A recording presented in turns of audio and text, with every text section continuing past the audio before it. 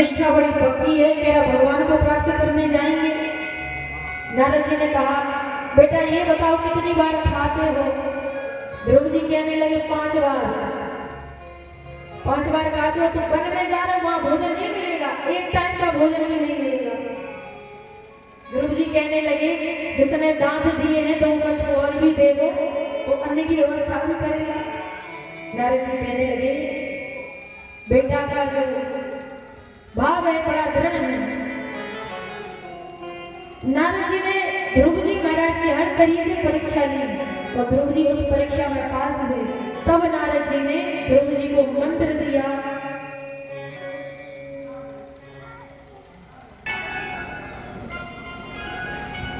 तुम वन में जा रहे हो, वहां हिंसक जीव जंतु जानवर रहते हो तो खा जाएंगे। फिर अरे बोले जिसने शरीर को दिया है वो इसकी रक्षा भी वही करेगा।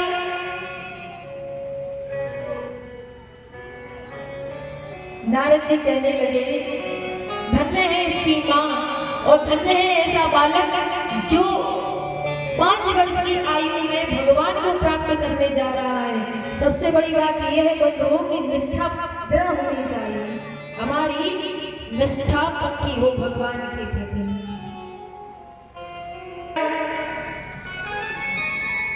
मंत्र दिया कौन सा? बोले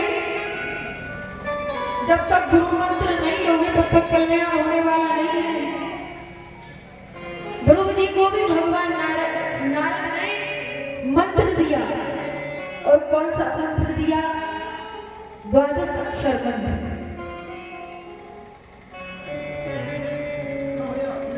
और कहा कि जाकर के इस मंत्र का जाप करना, भजन करना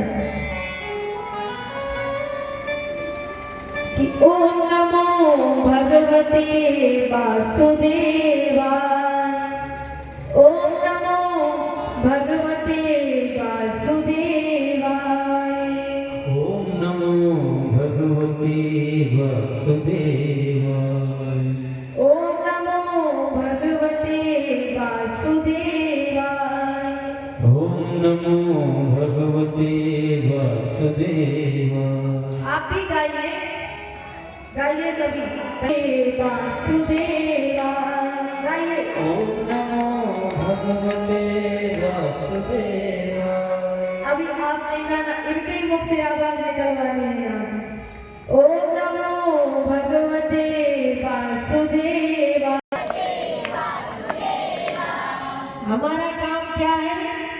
आपसे भजन करवाना, इसीलिए हमें यहाँ बुलाया गया है कि कथा कहना भी और साथ में आपसे भजन करवाना भी, इसलिए हमें बुलाया है। तो हम तो आपसे भजन करवाएंगे। चलिए फिर से बोलिए सभी लोग उच्च स्वर में कि महात्माओं तक आवाज जानी चाहिए, अभी यहाँ तक आ नहीं रही है। फिर से बोलेंगे ओम नमो भगवते वासुदेवाय,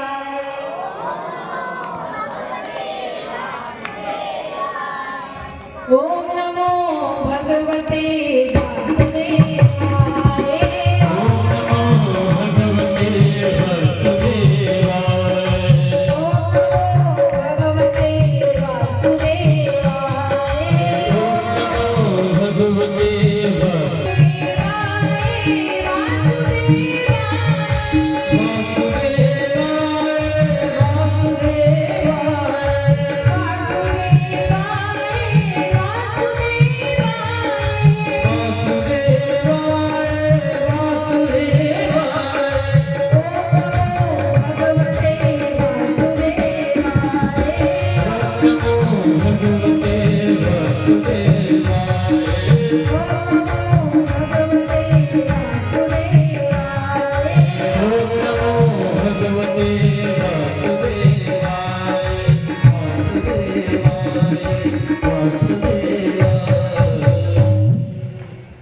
ओम नमो भगवते वासुदेवाय। खा पी के तो बैठे हो ना, आज खा के आए हो सब अपने अपने घर से भोजन भरपूर। क्यों? क्योंकि आज लाला को जन्म है, थोड़ा विलंब भी है, सकत है, तो भगने की जल्दी नहीं मचाना, ठीक? क्योंकि अब ये कथा आपको फिर अगले साल मिलेगी। 7 दिन की कथा है कि आप 7 दिन ठंड बर्दाश्त नहीं कर सकते क्या? इतने कमजोर हैं? कमजोर तो नहीं है, क्यों भैया? ध्रुव जी को दिया ये मंत्र, ध्रुव जी गए वन में जाकर के बस भगवान का चिंतन करते हुए यही मंत्र जो नारद जी ने दिया उसका नित्य भजन करने लगे, जाप करने लगे। भजन का पहला महीना चल रहा है। ध्रुव जी ने 3 दिन तक फल खाए और 9 दिन तक फिर कुछ नहीं खाया। दूसरा महीना चला तो ध्रुव जी ने पत्ते भी खाए। तीसरे महीने में जल पिया। 5वें महीने में अपने श्वास को ही रोक लिया। मतलब इतना कठोर तब किया ध्रुव जी ने इतनी छोटी उम्र में, खाना पीना सब छोड़ के। जैसे ही भजन का 5वां महीना चला तो अपनी श्वास को ही रोक लिया। और जब श्वास को रोका तो देवताओं को श्वास लेने में कष्ट होने लगा। देवता कहने लगे कि हम सांस क्यों नहीं ले पा रहे हैं। ध्यान करके देखा तो क्या देख रहे हैं कि पृथ्वी पर कोई छोटा बालक है, नारायण का भजन कर रहा है निराहार होकर, जिसकी श्वास ही नहीं चल रही है और भजन में इतना तन्मय हो गया। फिर क्या किया जाए? बोले नारायण से कहो कि जाकर दर्शन दे, हम यहाँ सांस नहीं ले पा रहे हैं। सारे देवता भगवान नारायण के पास गए, विनती करे प्रभु जाकर उस बालक को दर्शन दीजिए, हम सांस नहीं ले पा रहे हैं। देवताओं की कार्य सिद्धि के लिए नारायण अपने गरुड़ पर सवार होकर के और ध्रुव जी महाराज के सामने प्रकट हो गए। और ध्रुव जी महाराज नेत्र बंद किए ध्यान में, जो चतुर्भुज रूप धारण किए भगवान, जो ध्रुव जी अपने ध्यान में दर्शन कर रहे हैं वही झांकी उनके सामने भी दिख रही है। पर ध्रुव जी महाराज आंखें नहीं खोल रहे हैं। भगवान ने स्वयं कहा बेटा ध्रुव आंखें खोलो, तब ध्रुव जी ने आंखें खोली। और जैसे ही नेत्र खोला तो वही झांकी के दर्शन कर रहे हैं जो ध्यान में कर रहे थे। बोलिए भक्त वत्सल भगवान की। आहा, भगवान की इतनी सुंदर मनोहर झांकी देखकर ध्रुव जी सिर्फ एक टपक को देख रहे, कुछ कह नहीं रहे। क्यों? क्योंकि बोलना आता ही नहीं है। 5 वर्ष का बालक है, बोलना नहीं आता। चुपचाप खड़े हैं। नारायण ध्रुव जी को देख रहा, ध्रुव जी उनको देख रहा। एक दूसरे को देखकर दोनों हंस रहे हैं, बोल कोई नहीं रहा। ना भगवान बोल रहे ना ध्रुव जी बोल रहे। अच्छा, ध्रुव जी स्तुति करना चाह रहे हैं पर कर नहीं पा रहे। तब भगवान ने अपने शंख का स्पर्श ध्रुव जी के गालों पर किया और जैसे उसका स्पर्श हुआ तो ध्रुव जी को वेद वेदांतों का ज्ञान प्राप्त हो गया। और जैसे ज्ञान प्राप्त हुआ तो ध्रुव जी ने सुंदर मंत्रों के द्वारा भगवान की स्तुति की। भगवान ने ध्रुव जी को वरदान दिया, ध्रुव मांगो क्या चाहिए। ध्रुव जी कहने लगे बस आपकी इस झांकी के दर्शन हो गए, अब कुछ इच्छा नहीं है। पर कहते हैं कि मन में जो चलता है ना भगवान को पता चल जाता है। ध्रुव जी ने क्यों तपस्या की थी? क्यों की थी? पिता की गोदी में बैठने के लिए, अर्थात राज्य प्राप्ति के लिए। भगवान कहने लगे बेटा ध्रुव जाकर के पहले राज्य भोगो, फिर मेरी भक्ति करना। तो ध्रुव जी को राज्य इत्यादि भगवान ने आशीर्वाद देकर ध्यान अंतर ध्यान हो गए। ध्रुव जी घर आते हैं, अपने माता पिता को प्रणाम किया, सौतेली माँ को प्रणाम किया कि तुम्हारी वजह से आज भगवान मिल गए, तुम ऐसा न कहती तो शायद नहीं मिलते। और राजपाट चलाने लगे। अब जो ध्रुव जी के भाई थे उत्तम, वो बड़े उद्दंड थे। एक दिन उन्होंने यक्षों के कुबेर के बगीचे को उजाड़ दिया, उसे खंडित कर दिया। तो बहुत समझाया कुबेरों ने, कुबेर उनकी रक्षा करते थे। यक्षों ने कई तरह से मना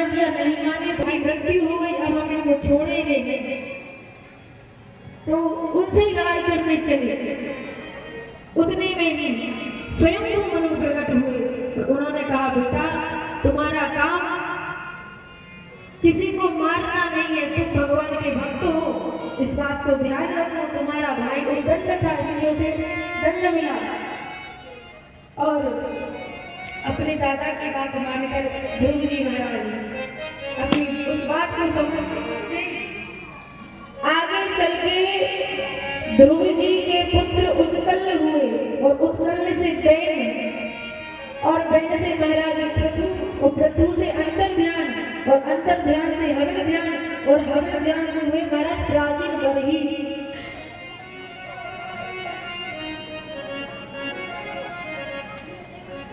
ध्यान दीजिए इस बात को। प्राचीन बरही कौन है? जो हमें और आप यज्ञ नारायण के दर्शन कर रहे हैं, प्राचीन बरही ने अपने जीवन में इतने यज्ञ किए। क्यों? क्योंकि यज्ञ कराने का करने का भी विधान होता है। इसको आप ध्यान से सुनिए। प्राचीन बरही हुए एक दिन नारद जी आए। देखिए यज्ञ में बलि दी जाती है, तो प्राचीन बलि क्या करें? हजारों घोड़े की बकरों की बलि दे यज्ञ में।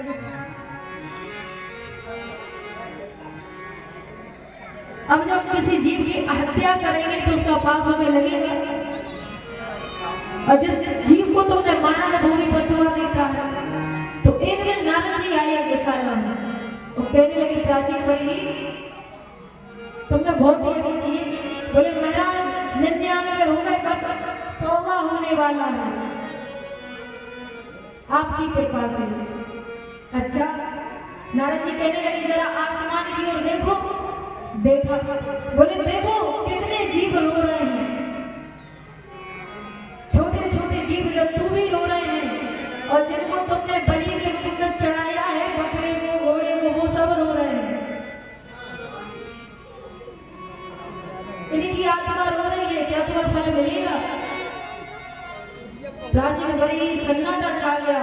अरे राम राम, मैं तो पुण्य के लिए कर रहा हूँ, पाप कैसे होगा? क्षमा याचना की, पुनः विधिवत यज्ञ किया, तब जाके उनको फल मिला था। कहने का अर्थ क्या है बंधुओं? जब हम यज्ञ करें तो जो हम यज्ञ की सामग्री एकत्रित करते हैं हवन की, देखिए यज्ञ नारायण भगवान की पत्नी है दक्षिणा। ये भी बात जान लीजिए, जब तक दक्षिणा आप भरपूर नहीं देंगे आचार्य बंधुओं को जो यज्ञ कराते हैं, तब तक उसका फल नहीं मिलेगा। ये हमने तेरे भागवत जी में वर्णन आया है। यज्ञ नारायण की पत्नी है दक्षिणा, तो दक्षिणा का बड़ा महत्व होता है। यज्ञ में दक्षिणा देनी चाहिए, दक्षिणा नहीं दोगे तो यज्ञ पूरा नहीं होगा। और अग्निदेव की पत्नी कौन है? स्वाहा और स्वधा।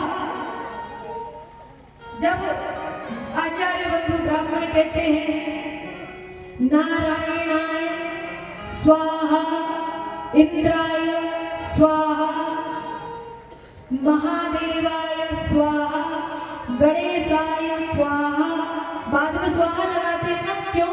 क्योंकि ये अग्निदेव की पत्नी है। तो अपने पत्नी के द्वारा अग्निदेव उस भोजन को ग्रहण करते हैं जो हम उनको प्रदान कर रहे हैं। जो साकल्य हम डालते हैं वो अपनी पत्नी के द्वारा उसको ग्रहण करते हैं।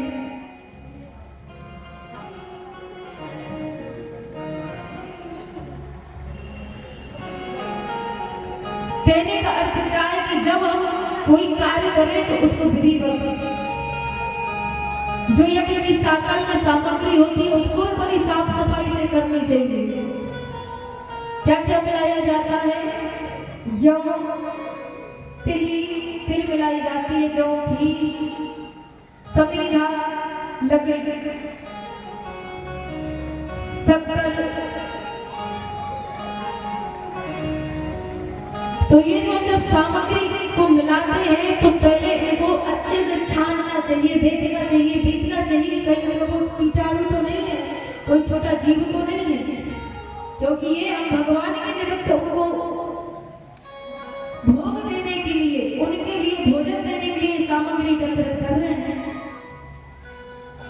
ये पवित्र हो। और यदि इसमें कोई छोटा जीव जंतु चला गया अग्नि में, तो जितना हम पुण्य नहीं कर रहे उतने से ज्यादा पाप हो जाएगा। क्यों? क्योंकि उसके द्वारा किसी जीव की हत्या हो जाएगी। संविधा को देखना चाहिए। जो लकड़ी का प्रयोग करते हैं हवन के लिए, यज्ञ के लिए, ये देखें कि कहीं उस लकड़ी में कोई जीव तो नहीं चिपका है। छोटे छोटे कीटाणु जीव होते हैं, इसलिए उस लकड़ी को पहले धोना चाहिए, फिर उसको सुखाओ, फिर उसको यज्ञ में इस्तेमाल करो। तो हर चीज का विधान है। ऐसे यज्ञ सामग्री होती उसे साफ नहीं किया, और ऐसे ही कई जीव जंतुओं की बलि देता रहा, उसे पाप लगा।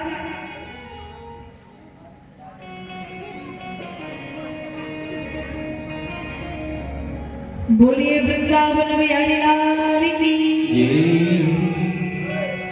त्रेता सतयुग में बहुत यज्ञ होते थे, और हम सौभाग्यशाली हैं कि कलयुग में भी यज्ञ हो रहे हैं। पहले यज्ञ करते संत महात्मा, जो चाहे वो यज्ञ नारायण भगवान से मांग लेते थे। अभी राम जन्म आएगा, देखो यज्ञ नारायण भगवान कितने कृपालु हैं। अभी हम राम जन्म की कथा कहेंगे। यज्ञ भगवान सब कुछ देने वाले हैं। अरे आप जिस वस्तु की कामना से यज्ञ करवाएंगे, यदि आपके घर में पुत्र नहीं है और पुत्र की कामना से आप यज्ञ कराएंगे, तो यज्ञ नारायण भगवान की कृपा ऐसी होगी कि आपके यहाँ पुत्र जरूर हो। इसका उदाहरण साक्षात भगवान श्री राघवेंद्र हैं। राजा दशरथ जी क्या संतान सम्राट थे, पूरे भारत के, पूरे विश्व के, पर संतान नहीं। तो उनके जो गुरु जी थे,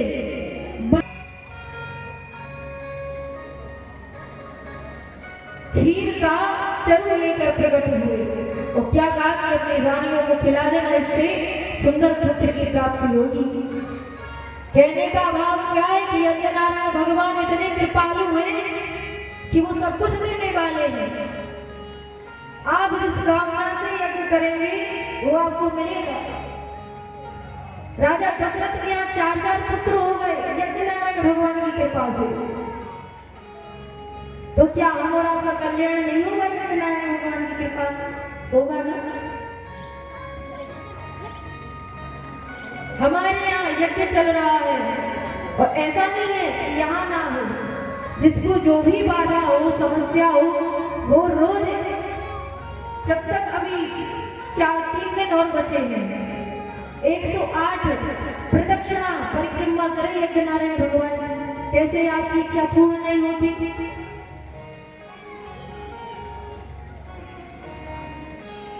108 प्रदक्षिणा करें यज्ञ नारायण भगवान की रोज, और जिस कामना को लेकर करेंगे वो कामना पूर्ण होगी। भगवान यज्ञ नारायण की परिक्रमा करने का बड़ा महत्व है बंधुओं, बहुत फल प्राप्त होता है। कौन कौन परिक्रमा करता है, जरा हाथ ऊपर करके बताओ। कौन कौन करता है परिक्रमा? और भैया लोग बैठे नहीं करते, और ये सब नहीं भैया। भैया आप लोगों ने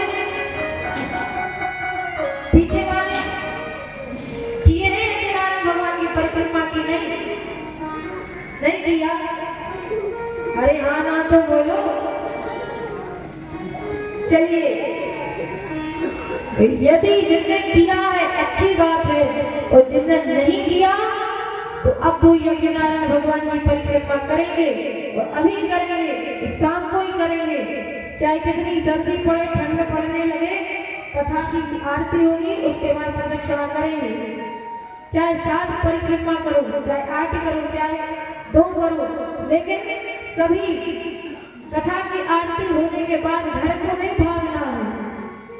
हम इतने कमजोर नहीं है कि ठंडा हमें परेशान करे।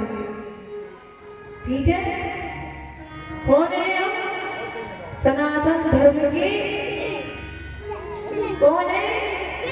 भक्त भक्षक नहीं है, रक्षक है नहीं? भक्षक कौन होता है? जो उसको भ्रष्ट करने पे तुला हो।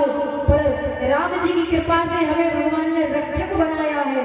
हम इतने कमजोर नहीं है कि ये हमें मौसम, ये सर्दी, ये गर्मी, ये बरसात हमें सता सके, क्योंकि हम श्री राम जी के दूत हैं। इन पर, हम पर इनका कोई प्रभाव नहीं पड़ता। इसलिए आरती के बाद सभी लोग परिक्रमा लगाना, जिससे जितनी बन सके, चाहे 2, 5, 8 पर परिक्रमा लगाना। आज लगाओगे ना? हाँ, ये भैया लोग कुछ बोलते नहीं है, मतलब आप लोगों को वृंदावन में हरिलाल की। ये हमारी माताएं हर कार्य में आगे रहती हैं, पर ऐसा नहीं है, हमारे भैया भी सब कार्य में आगे ही रहते हैं। देखिए, कथा तो आप सुन ही रहे हैं। आपके ग्राम में 19-20 वर्ष से कथा हो रही है। व्यास जी आपको कथा ही श्रवण करा रहे हैं। पर हमारा कुछ ये भी उद्देश्य है कि हम अपने सनातन धर्म को पहचाने। गंभीर विषय है ये, सोचने वाला विषय है, आप लोग ध्यान दीजिए। आज हमारे हिंदू, जो हमारे सनातन धर्म के लोग हैं, हिंदू हैं, हम सब हिंदू हैं ना, यहाँ कोई परजात का तो बैठा नहीं है, सब हिंदू बैठे हैं। आज इतनी बड़ी विडंबना है, हम इतने कानों के कमजोर हो गए हैं, हमें अपने देवताओं के प्रति इतना अविश्वास आ गया है, हम अपने भगवानों के प्रति इतने अविश्वासी हो गए हैं कि हम दूसरे की बातों में आकर के अपने धर्म को परिवर्तन करने लगे, है ना? हम अपना धर्म परिवर्तन करने लगे। अरे